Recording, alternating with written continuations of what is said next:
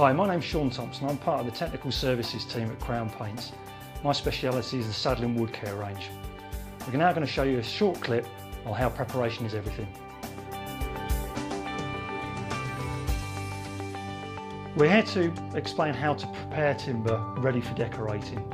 It's very important to make sure that wood is actually prepared properly, because the timber itself, whilst it may look clean, isn't actually clean or necessarily prepared suitably to ensure that the coatings that are going to be applied to it will actually last, adhere properly, and thus give you the durability that you desire.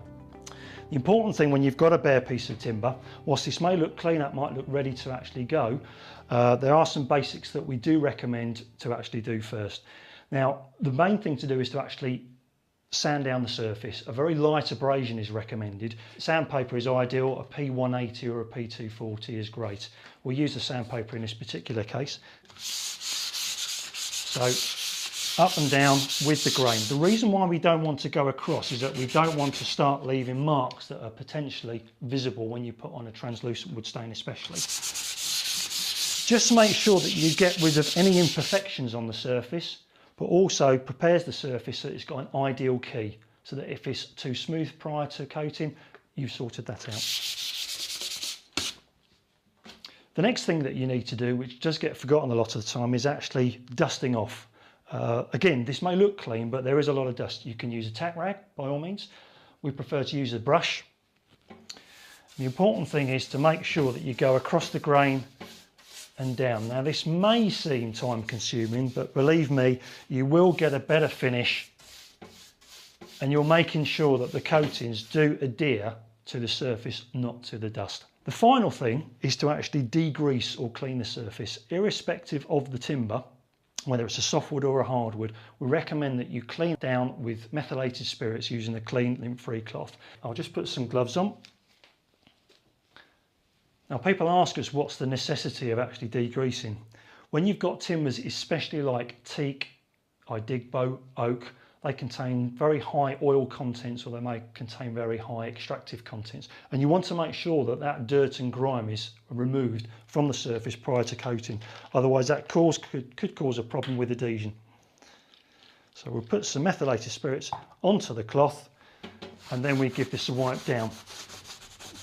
The important thing is that you rotate the cloth around. Now hopefully you can see there the amount of grime that comes off the surface. So that's even though we've dusted that off and we're dealing with a brand new clean piece of timber. The reason why we don't recommend white spirit, whilst it's fine for cleaning out brushes when you're using a solvent-based system, is that just like when you clean your hands afterwards, you get that horrible greasy residue, and you don't want that left on the timber. So methylated spirits every time. As you can see, that's nearly flashed off now.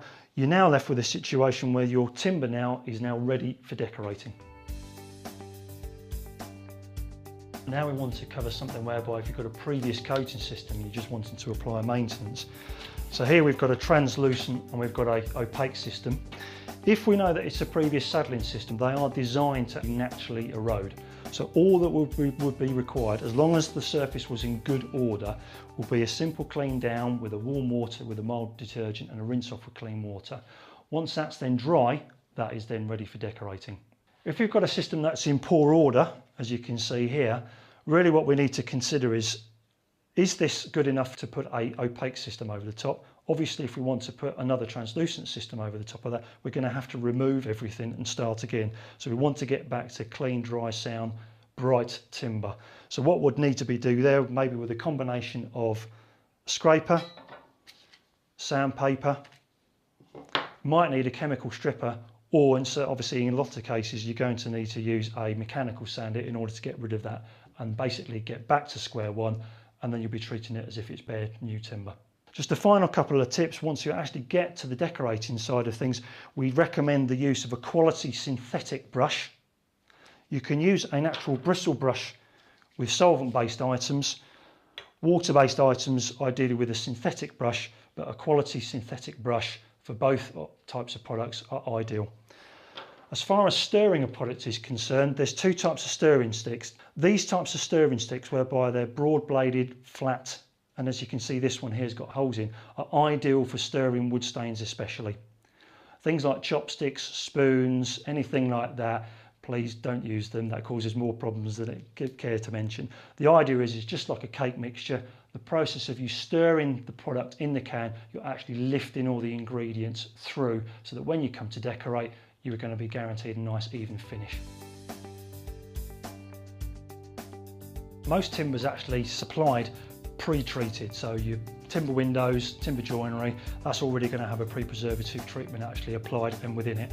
However, if you've got a situation whereby timber's been cut and you've got an end grain or an end piece of timber that's actually exposed without any preservative treatment, or you've got a non-durable timber, or you're concerned about the fact that the timber needs to have a preservative treatment, then we have got systems within the Sadolin range that can help, both waterborne and solvent based. With a piece of timber, the face grain is always the bit that you're going to be looking at, but your most exposed, vulnerable part is going to be the end grain here. So it's particularly important that if you're applying preservative, make sure that you saturate the end of that. Put on the full system as well.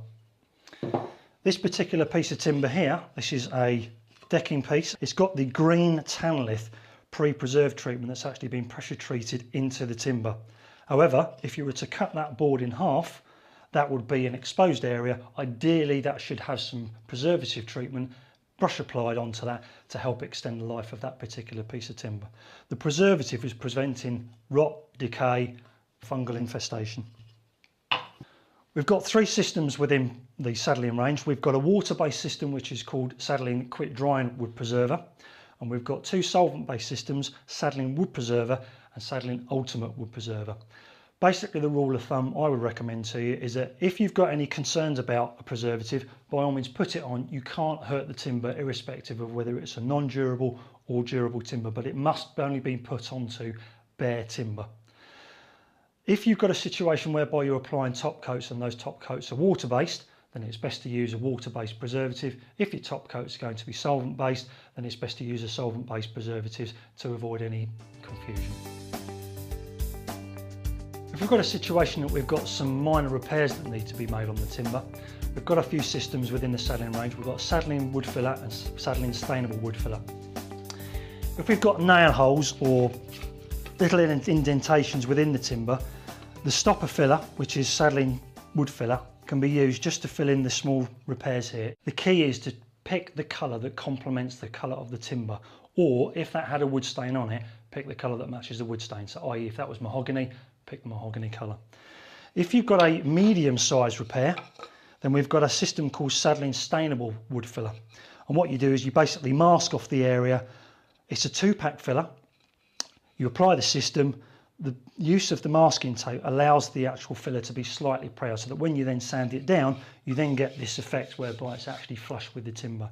The actual stainable wood filler does contain wood pulp, so that will help match in when you're actually applying a wood stain or a wood dye, and therefore it will hopefully even everything out. If we follow all those procedures that we've covered, the situation should be that you've got a clean surface that's properly prepared, any repairs have been made, and then you are giving the coatings that are going to be applied to that surface the maximum opportunity to bond well and thus perform. If we don't do this and we cut corners on the preparation, and as always, you've probably heard the term, it's always 80% of the job, then what you could potentially suffer is a situation whereby the coatings will fail prematurely. This is what we want to avoid. These systems are designed to actually avoid peeling or flaking, but it is reliant on the fact that they are put onto a clean, sound, dry surface. If you don't do that, peeling, flaking can occur. Obviously, if that starts to occur, moisture will get in. That could actually lead to a lot more damage to the timber than what everybody wants. It also leads to increased maintenance times and a lot of cost. This is what we want to avoid. If everything's done right, we've got a very, very simple maintenance regime whereby the coatings perform, they naturally erode and weather, and then what we should do is just literally give them a nice quick clean and reapply another coat. That's it, and we get in this cycle for every 4, 5, 6, 7 years, depending on what system that you're actually using. So following those key points, that will allow you to create the best possible surface for our coatings to adhere to and then perform, giving you the durability that you want.